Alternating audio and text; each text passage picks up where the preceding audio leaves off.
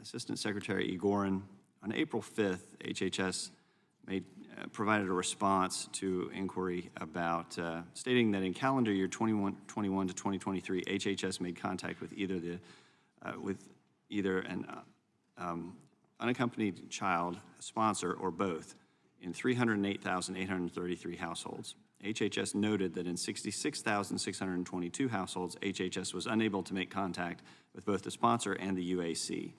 However, not included in HHS's production was the number and safety and well-being calls in which HHS was unable to make contact with the UAC themselves. As the New York Times previously reported in February 2023, HHS was unable to contact through safety and well-being calls 85,000 UACs. More than a year later, that number is likely far higher today. Will you commit to provide information about when we're going to receive by the end of the week? The number, the total number of UACs with whom you have lost contact. Congressman, I want to first, reiterate our commitment to making sure that when children are placed with a sponsor, that they have, services available to them.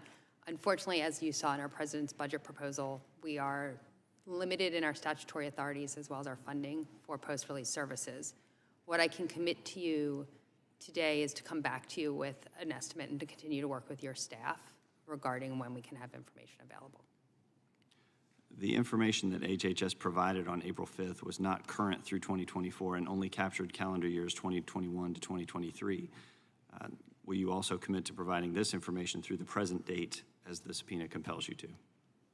Congressman, we will continue to work with your staff and can see what data are available and continue to work through an accommodation process.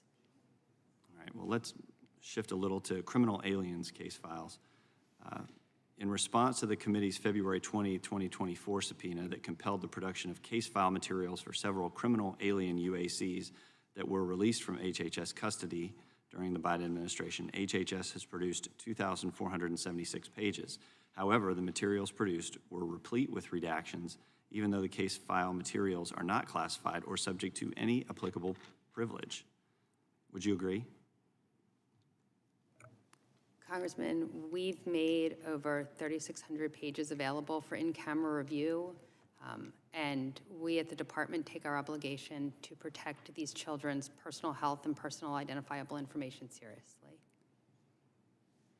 Why did HHS provide the committee with case files that contained redactions when those redactions were not contained in the case files committee staff initially viewed in camera? Congressman, as we discussed when I was before the committee the last time, we will continue to make sure that we work through individual redactions, and my understanding is we have worked with your team to lift specific redactions and prioritize specific pages. In terms of the differences, it had to do with how the accommodation process and how the committee staff had released information previously without letting us know that that information that did have sensitive information would be released publicly. Will you provide the committee the documents governing HHS redactions and how they're applied? Congressman, redactions are applied to protect the personal identifiable and personal health information.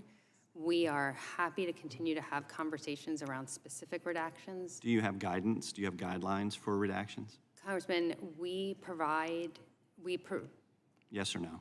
Congressman, we continue to— I'd like a yes or no on that one. Do you have internal guidelines on redactions? Congressman, we look at the individual material and redact to make sure that we are protecting personal health information and personally identifiable information of the children in our care. Where does that come from? Does that come from guidelines, or does that come from something you made up yourself?